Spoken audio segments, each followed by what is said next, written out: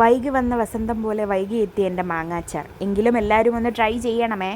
അപ്പോൾ ഇതേ മാങ്ങയ്ക്കകത്തോട്ട് പച്ചമുളക്, കറിവേപ്പില, ഉപ്പ്, നല്ലെണ്ണ ഇത്രയും കൂടി ഇട്ട് നന്നായിട്ട് തിരുമ്മി ഒരു അരമണിക്കൂർ തൊട്ട് 1 മണിക്കൂർ വരെ വെച്ചോ നിങ്ങൾ. അത്രയും മതി, ഓവർനൈറ്റ് ഫുള്ളൊന്നും വെക്കണ്ട കേട്ടോ.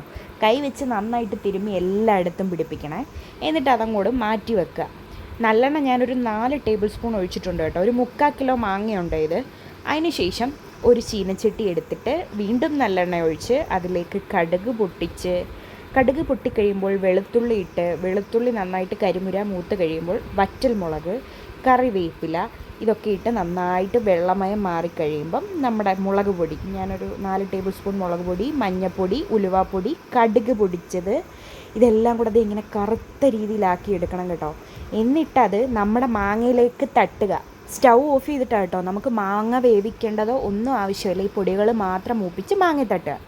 ഇത്രയേ ഉള്ളൂ കേട്ടോ. നമ്മുടെ റെസിപ്പി റെഡി ആയിട്ടുണ്ട്. 2 ദിവസത്തിന് ശേഷം എടുക്കുക. അടിപൊളി സ്വാദിഷ്ടമായ മാങ്ങാച്ചാർ റെഡി കേട്ടോ. ഓണം കഴിഞ്ഞു പോയെന്ന് എനിക്കറിയാം മക്കളെ. എങ്കിലും ഇനി മാങ്ങാക്കറി ഉണ്ടാക്കുമ്പോൾ നിങ്ങൾ ഇങ്ങനെ ഒന്ന് ട്രൈ ചെയ്ത് നോക്കുക കേട്ടോ. അപ്പോൾ അത്രയേ ഉള്ളൂ. ബായ്.